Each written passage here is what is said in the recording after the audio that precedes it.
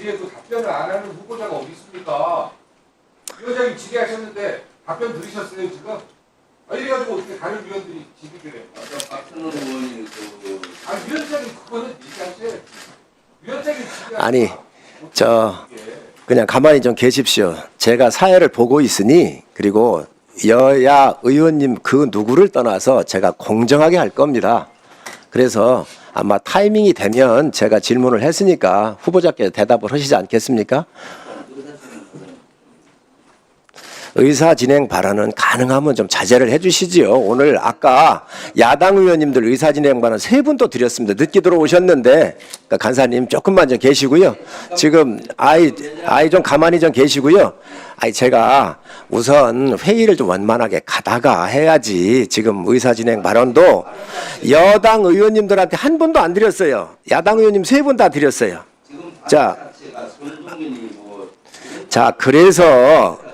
그래서 제가 말씀을 드렸잖아요. 무슨 사과입니까? 그거는 후보자가 판단하는 기준이 있는 겁니다. 그래서 한 건데 답변하는 것까지 위원장이 좀 부드럽게 얘기해달라고 얘기를 했는데 그걸 가지고 또 얘기를 하고 그러면 안 되지 않습니까? 유영훈 의원님 질의해 주시기 바랍니다.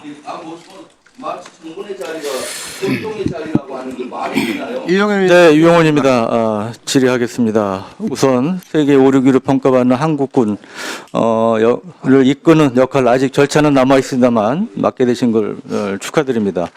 우선 그 청와대 이전 관련해서 질의가 나왔고 위원장님 말씀하셔서 제가 기술적인 것 간단하게 한두 가지만 좀 먼저 여쭙고 제가 준비한 질의를 올리도록 하겠습니다. 후보님.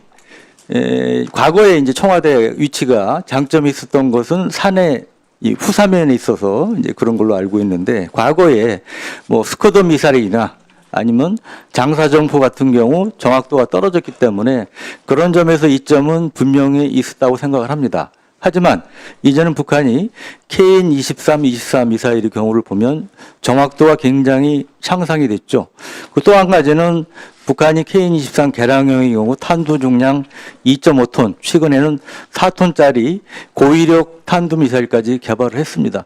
그럼 그런 미사일로 공격을 할 경우 과거에 청와대에 있던 지하 벙커가 견뎌낼 수 있습니까? 어렵습니다. 그럼 지금의 대통령실이나 합참 지하청사 벙커의 경우는 어떻습니까? 훨씬 더 강도가 강합니다. 네, 그런 점에서도 좀 볼 필요가 있다고 생각합니다. 우리 후보자님께서는 이 합참 작전부장, 작전본부장, 수방사령관 등을 역임하신 군의 최고 작전 전문가 중에 한 분으로 알고 있습니다. 최근에 제가 볼 때 북한의 여러 위협 중에 우리 수도권을 겨냥한 위협이 크게 강화되고 있는 것 같습니다. 이와 관련된 질문을 좀 제가 준비한 파워포인트 먼저 좀 보여드리고 질의를 드리도록 하겠습니다. 네. 다음이요. 지난주에 북한이 이제 수도권을 위협하고 있는 240mm 방사포 중에 이 조종 날개를 단 이 유도 로켓을 연발 시험 발사하는 모습을 공개를 했는데요. 이렇게 연발로 시험 발사하는 모습이 공개된 것은 처음입니다.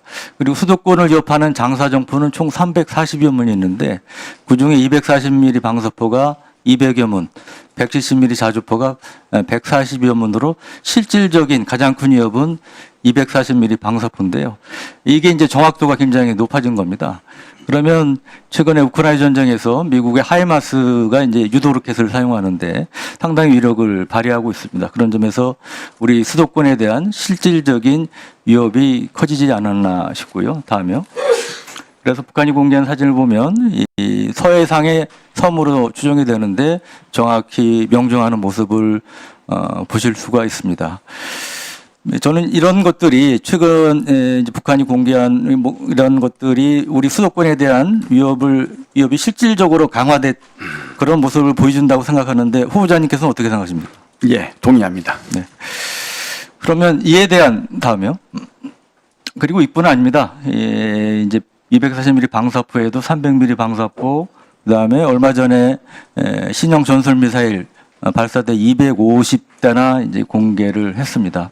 그래서 이런 것들은 우리 입장, 특히 이 수도권에 사시는 우리 국민들 입장에서 피부에 와닿는 위협으로 볼 수가 있는데, 전에 상임위에도 질의했습니다만 이에 대응하는 우리 이제 뭐 타격하는 방법이 있겠고 이제 방어하는 방법이 있겠죠. 방어 수단으로는 한국형 장사정포 체계로 불리는 LAMD가 있는데, 이게 원래 현 정부 초기에 2026년 앞당기겠다고 이제 발표를 했었는데, 갑자기 이게 29년으로 늦춰졌어요. 근데 지금 29년이면 벌써 5년이나 남았는데 너무 늦지 않나 생각이 됩니다. 이에 대해서 후보자님께서 어떻게 생각하십니까? 예,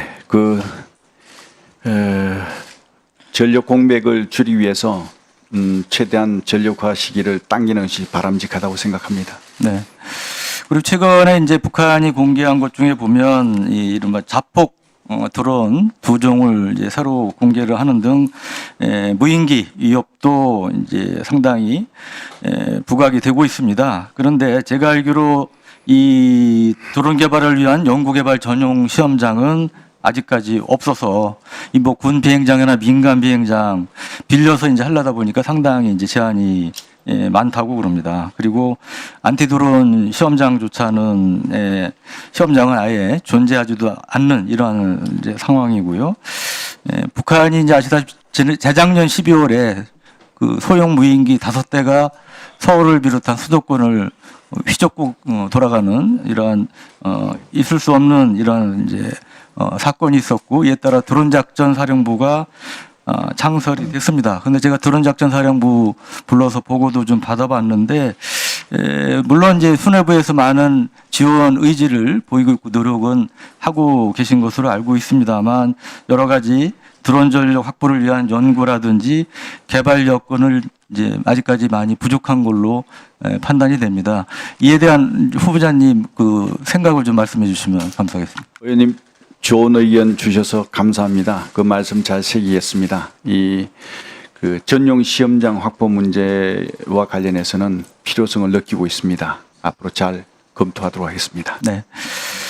그리고 이제 얼마 전에 그 첫 우리 후보자께서 출근하실 때 이제 기자들이 질문에 핵무장과 관련된 질문에 대해서 기본적으로 우리는 워싱턴 선언을 기반으로 한 확장 억제 강화 등을 중시하는 쪽으로 말씀하셨지만 모든 가능성은 배제하지 않는다는 취지로 말씀하셨는데, 이에 대해서 이제 언론에서는 그러면 우리 후보자님께서 결국 핵무장 또는 핵무장 잠재력에 대해서도 이 부정적인 생각은 갖고 계시지 않은 것이 아니냐, 이런 해석도 나왔습니다.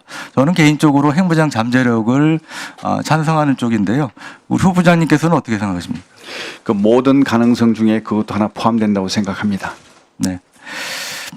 그리고 앞으로 이제 그 인구 절벽에 따른 병력 급감에 따라서 여러 가지 이제 병역 제도 대안들이 제시가 되고 있는데요. 그 중에 하나가 이 여군 지원병제가 거론이 되고 있습니다. 여군 지원병제에 대해서는 후보자님 어떻게 생각하십니까?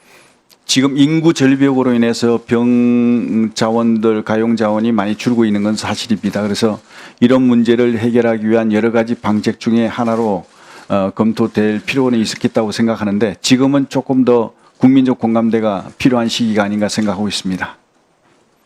네, 이용원 의원님 수고하셨습니다.